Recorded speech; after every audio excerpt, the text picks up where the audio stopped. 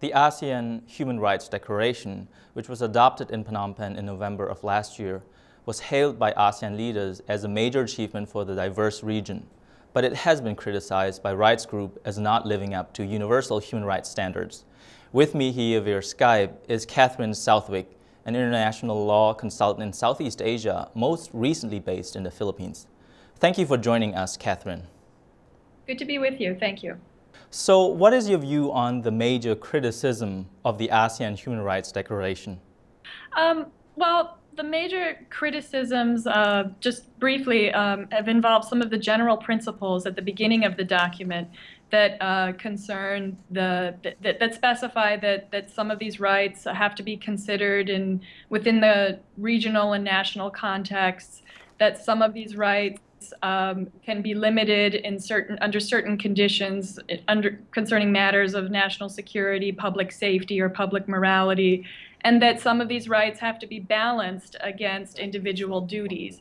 There are a couple other concerns, such as that certain rights are further limited by, they have to be conform to national laws.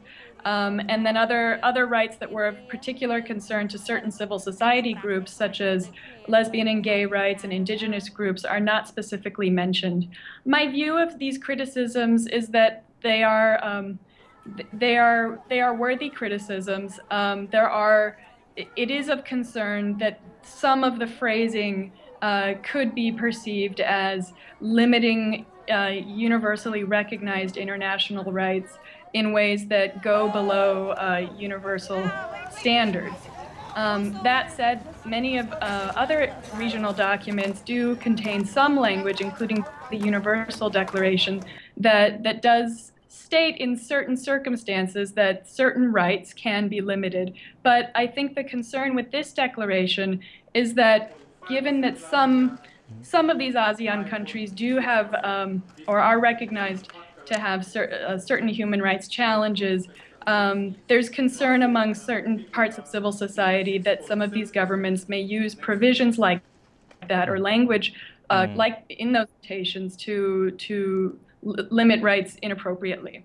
So one of the observations made in your recent article is that the ASEAN Human Rights Declaration is an evolving document that can be approved upon. We have just less than a minute, but if you could tell us what is necessary to be done to ensure that this document can be improved upon in the coming years.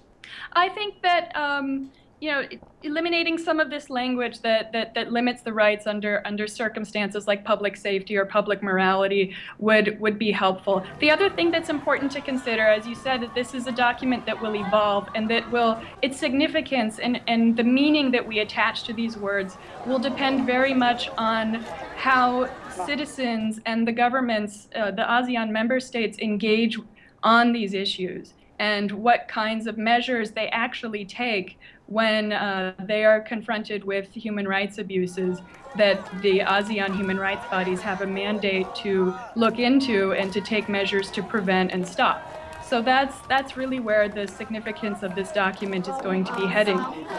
It is very important what the language is, but what's just as important, or even more important, is what interpretations we attach to these words and what actions we take under those interpretations. Because of the time, thank you very much, Katherine, for explaining to us, and goodbye. Thank you. Goodbye.